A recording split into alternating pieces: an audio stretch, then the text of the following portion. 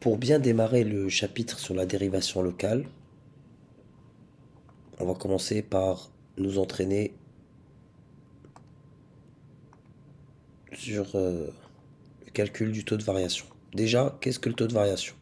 Eh bien, on va le voir à travers un exercice. On nous demande, à travers même plusieurs exercices, on nous demande le taux de variation de la fonction f entre a et b pour les exercices 25 et 28, qui sera en effet notre exercice 1.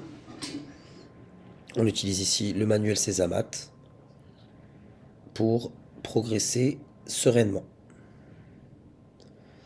Pour le 25,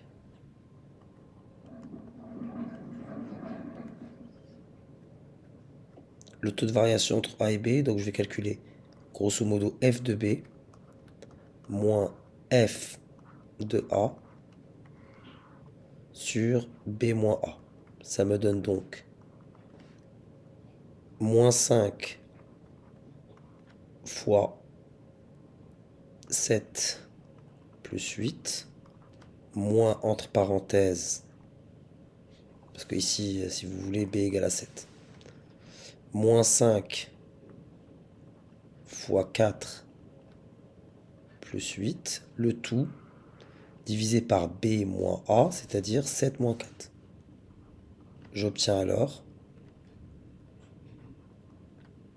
moins 5 fois 7, moins 35 plus 8, moins 35, plus 8, plus 20, parce que moins 5 fois 4, ça fait moins 20. Avec le moins devant la parenthèse, les signes changent, donc le moins 20 devient plus 20, et le plus 8 devient moins 8. Les 8 et le tout est divisé par 7 moins 4, à savoir 3.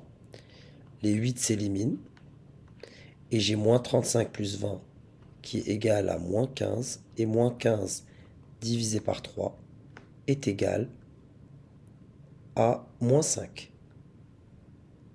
Donc le taux de variation de la fonction f entre 4 et 7 est de moins 5. Je ne m'attarderai pas sur les interprétations pour l'instant. On reste sur l'aspect purement calculatoire et technique. On progressera au fur et à mesure. On peut compter sur le manuel Césamat, avec surtout la nécessité vraiment de faire tous les exercices et de n'en laisser passer aucun.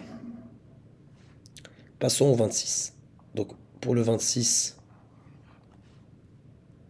j'ai f de x, pour vous donner une autre présentation. J'ai f de x égale, et qui vous siera davantage parce que elle vous parlera plus, elle sera plus simple d'accès. Je vais d'abord calculer f de 1. F de 1 est égal à 1 au cube moins 3 fois 1, donc 1 moins 3, qui me donne moins 2. Puis je vais calculer f de moins 1 demi.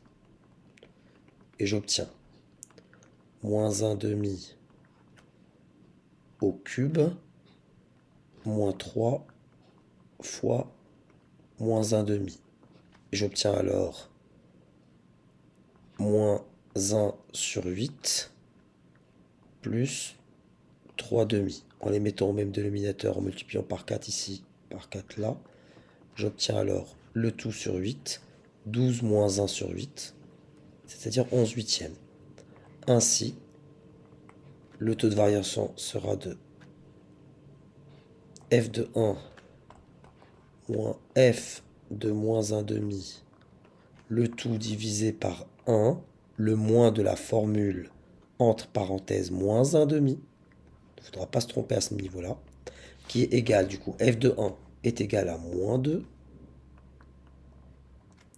moins de la formule, f de moins 1 demi vaut 11 huitièmes, moins 11 huitièmes, le tout divisé par 1 moins moins 1 demi, à savoir 1 plus 1 demi, donc 2 demi plus 1 demi, à savoir 3 demi. J'obtiens alors, en mettant 2 sur 8, qui devient du coup moins 16 huitièmes, moins 16 moins 11, ça fait moins 27 huitièmes qui est divisé par 3 demi, donc on multiplie par l'inverse, à savoir 2 tiers, et on simplifie notre fraction.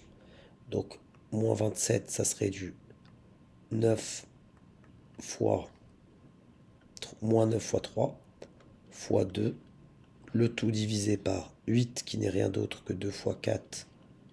Le 3, je le réécris, je supprime les facteurs communs et j'obtiens alors moins 9 quarts.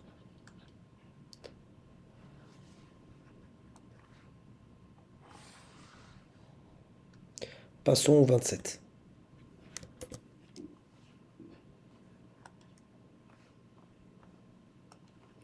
On a une fonction inverse.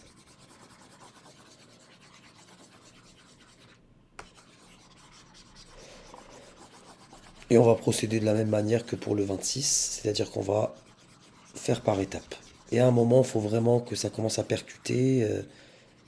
Pour le coup, ici, on a affaire à un algorithme. On me demande le taux de variation entre A et B. Donc je vais calculer d'abord, plutôt avant de calculer, je vais écrire que f de x est égal, là je suis sur le cas 27, f de x égale 1 sur x plus 1.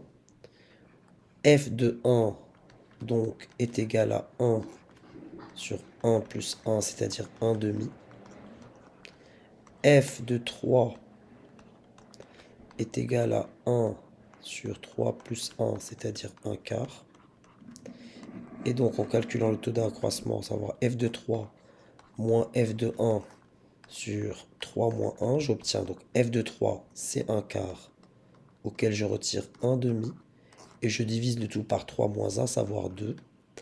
J'obtiens alors, pour mettre le 1 demi sur 4, c'est 2 quarts, donc j'ai 1 moins 2, c'est-à-dire moins 1 quart qui est divisé par 2, 2 sur 1, donc c'est moins 1 quart fois 1 demi, à savoir moins 1 huitième, pour le cas 27.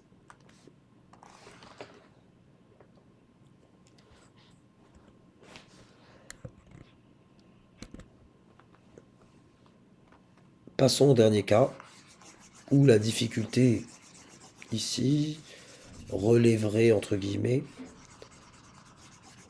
du terme b qui est égal à 2 plus racine de 3. Est-ce que c'est si inquiétant que ça, surtout quand on a toujours accès à la calculatrice? Je ne crois pas. Parce que notre démarche est algorithmique ici. J'écris d'abord ma fonction, f de x est égal à x au carré plus 1. Je calcule l'image de A ici dans le cas 28 vaut 2, donc f de 2 est égal à 2 au carré plus 1, à savoir 4 plus 1, c'est 5.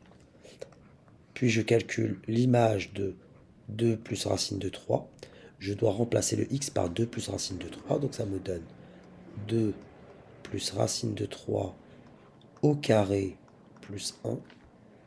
J'applique ici identité remarquable, 2 au carré c'est 4, plus 2 fois 2 fois racine de 3, à savoir 4 racine de 3. Plus racine de 3 au carré, à savoir 3. Plus 1. J'ai un 4 là. 3 plus 1, c'est 4. J'obtiens alors 8 plus 4 racine de 3.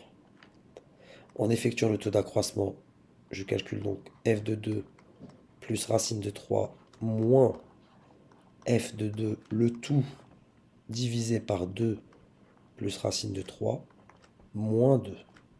J'obtiens alors 8 plus 4, pardon, plus 4 racine de 3 moins 5, le tout divisé par racine de 3. Et voilà ce à quoi ressemble mon taux de variation, et je préfère pas le développer. Je vois pas l'intérêt.